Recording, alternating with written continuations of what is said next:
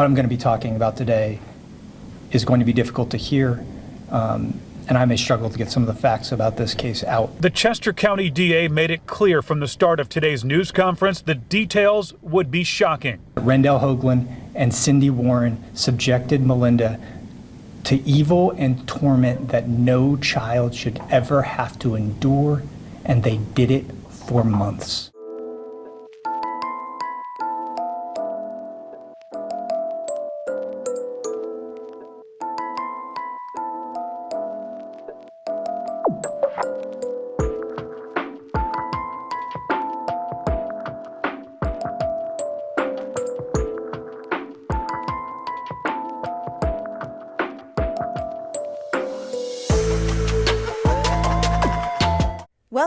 Welcome back, and thanks for being here. I'm Cassie, and this is A Wicked World.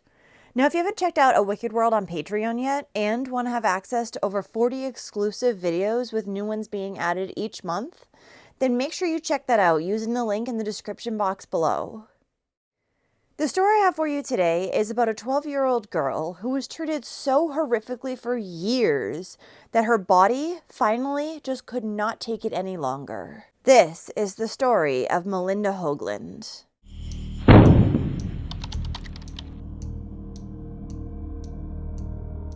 Malinda Hoagland was born on August 10, 2011 to her parents Rondalyn Smith and Rendell Hoagland in East Stroudsburg, Pennsylvania.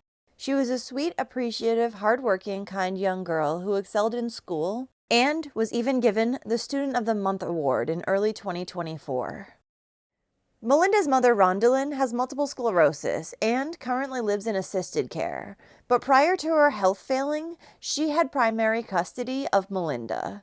After Rondalyn began living in assisted care, the girl's father, Rendell, would gain full custody.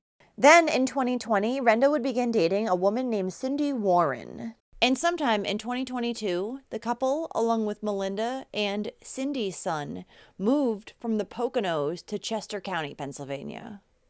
Fast forward 2 years to May 4th, 2024. It was that evening around 7:30 p.m. that Rendell called 911, reporting that his daughter was unresponsive after riding her bike into a tree. When first responders arrived on the scene, they found 12-year-old Melinda broken and barely alive. She would be taken to a local hospital where she would end up dying about 2.5 hours later in the middle of surgery that was intended to save her life. Now, the girl's father, Rendell, had originally described her injuries as a minor injury to her chin, a small lump to her forehead, and a small cut on her nose. But hospital staff noted extensive injuries to the girl's entire body, including bruises, deformities, and several broken bones. She also had organ damage. Melinda was noticeably underweight at only 52 pounds. The average 12-year-old girl weighs around 92 pounds. When an autopsy was later done, it revealed that Melinda had died from a combination of starvation and blunt force injuries. She had approximately 75 bruises, contusions, ulcers, and pressure sores on her body. She had damage to virtually every organ system, including her brain, and her body didn't have a single ounce of fat on it. Now, even though her father Rendell had claimed that Melinda had injured herself while riding her bike into a tree, his girlfriend Cindy Warren, who also lived in the home, claimed that Melinda had actually hurt herself during a water slide incident at a campground. Though neither of these stories clearly make any sense and don't explain why the girl was so underweight.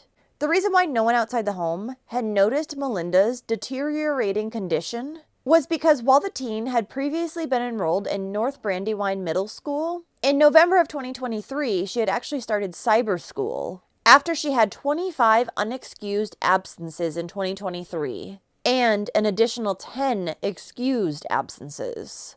Once Melinda was switched to cyber school in November, it would only last a few months because on January 3rd, 2024, her father Rendell withdrew her from school altogether. This came shortly after the girl's teachers had voiced their concerns to the Department of Children and Youth Services that Melinda was possibly being abused at home. But apparently all that Child Services had done was simply place a call to Melinda's father Rendell. who then told them that the girl was fine. Not one time did authorities go out to the home to try to interview 12-year-old Melinda. Soon after her death, investigators uncovered hundreds of files, which included disturbing photos and videos of the abuse that had been going on in the home for years, since at least November of 2021. These videos, which were found on Rendell and Cindy's cell phones, as well as their in-home security camera system, showed Melinda being abused, humiliated, and starved. In the videos, the young girl could be seen shackled by her ankle to furniture, completely naked. The footage also showed that sometimes Rendell and Cindy would punish Melinda by demanding that she perform strenuous physical exercise, such as squats or running in place, while she was still shackled. As she was performing these exercises, she would be yelled at and belittled. There were also times that Rendell and Cindy would verbally berate Melinda through an in-camera speaker when they weren't present in the home. In one video, Cindy could be heard telling Melinda, "Keep moving and don't look for breakfast or lunch tomorrow because you're not getting it. And you won't get dinner either because I'm not getting up." A video from February 22nd, 2024 shows Melinda chained to a table and sleeping on the bare floor. Other videos from the same day show her chained to an air hockey table and forced to walk in place as she cried. Additionally, Melinda would be denied food for days. Melinda would be beaten by both Rendell and Cindy. Then her bruises were covered up with makeup. During the time she was still allowed outside the home, that is. Though one time she had such severe rug burn on her face that makeup wouldn't work, and Melinda was instead kept home from school for weeks. Now, Cindy and Rendell also liked to regularly communicate on how they would terrorize Melinda. According to the district attorney, it seemed like the 12-year-old had been reprogrammed to accept the abuse as part of her life. Text messages between Rendell and Cindy show that Melinda had been punished for infractions like forgetting chores or schoolwork, stealing food, not smiling during her school sessions via Zoom, and urinating on herself while she was cuffed to furniture. The two also texted frequently about concealing Melinda's injuries from family members and mandated reporters. And the couple did a pretty good job of hiding her from the entire world. Because prior to her death, Melinda had not been seen outside the home in months. At the time that the young girl had been rushed to the hospital, her father, 52-year-old Malinda Hoagland, and her stepmother, 45-year-old Cindy Warren, were both placed under arrest and charged with attempted murder. However, these charges would later be upgraded to first-degree murder, kidnapping, conspiracy, and handfuls of other charges. They are each still sitting in jail, being held on $1 million bonds. The district attorney has said that prosecutors will be seeking the death penalty due to the amount of torture that Melinda suffered at the hands of her father and his girlfriend. The thing is, Rendell Hoagland's girlfriend Cindy shouldn't even have been living with Melinda in the first place. This was because back in 2020, a custody order for the teen stated that Melinda was not to be left in the care of Cindy Warren for any period of time exceeding 1 hour. That's unless it was agreed upon by her biological mother and father, which it was not. The reason why this was being specified in paperwork was because Cindy Warren had a less than savory background. According to Melinda's older half-sisters, Rendell's children from his previous relationship, they had started to question their father about Cindy's background years ago, and when they had, they also started to increasingly become cut out of Melinda's life. Not suspicious at all. This was likely because the father was hiding a big secret. Back in 2007, Cindy had pleaded guilty to child endangerment for her role in the repeated abuse of her 3-year-old son. Her husband at the time, McKinley Warren, had also been charged alongside her. This had come after police had received an anonymous tip saying that the 3-year-old was covered in bruises, didn't talk, and was locked in a bedroom for days at a time. During the course of this investigation, police would also discover that the couple had a 10-year-old child who was in the home, also covered in bruises. And upon Cindy and her husband McKinley's arrest, they were additionally charged in the death of McKinley's daughter, Cindy's stepdaughter, that had happened back in 2000. Up until then, that case had stalled. because according to the district attorney, they could not definitively say whether McKinley or his wife Cindy had killed the child who had died from head injuries. This had come only 14 months after the baby girl had been returned to her parents from foster care. McKinley eventually pleaded guilty and is now serving a maximum of 50 years behind bars. Cindy testified against her husband, and the charges involving her stepdaughter's death were dropped. She did, however, plead guilty to child endangerment involving the couple's 3-year-old child, and was sentenced to 3 to 7 years in prison. Melinda's 3 half-sisters, Emily Lee, Jamie, and Abby Hoagland, said that they had been completely estranged from Melinda in the years before her death. Jamie did, however, manage to see Melinda about a year prior to her death, though only briefly.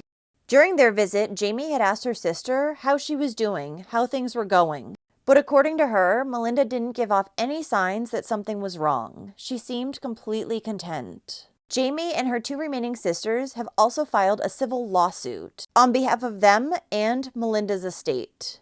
It was filed against Chester County, Children, Youth, and Families, the Coatesville Area School District, and other government agencies. It states that there were systematic failures that led to Melinda's death. The suit claims that the 12-year-old was failed by so many levels of government, including the school district and child services. It also states that county officials knew that Melinda was living with a child abuser.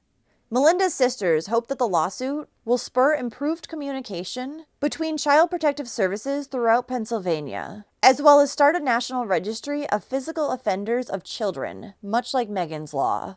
Her sisters don't want any child placed in that situation again, where there is already a convicted child offender on the registry. The lawsuit is also seeking millions in damages.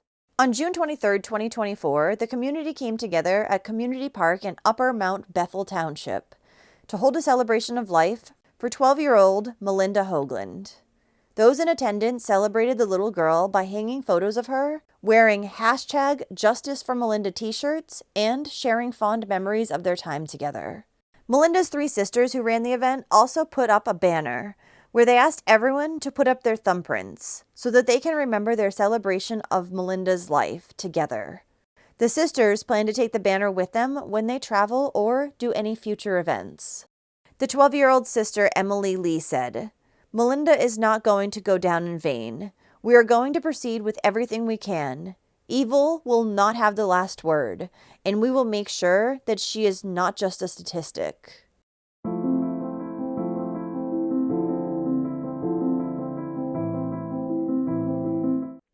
Well, thank you for listening to Melinda's story today.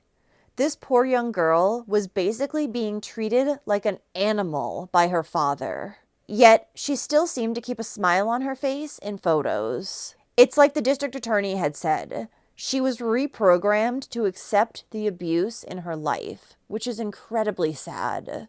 Let me know if this case is one that you'd like me to keep you updated on, when and if Rendell and Cindy go to trial. So if you like true crime and you want to hear it from me, then don't forget to hit that subscribe button below and turn on your notifications too, so you'll know when I upload a new video, which is at least 3 times every single week. Thanks for watching A Wicked World today. Until next time, take care guys. Bye. Thank you to all the patrons of A Wicked World. Now, there's even more of A Wicked World on Patreon. So check it out at patreon.com/awickedworld or use the Patreon app. You'll have access to exclusive videos each month and more. Any support truly helps to make sure the victims never get forgotten and to highlight the shortcomings of society associated with each case. Do you have a suggestion for a case you'd like to see me cover?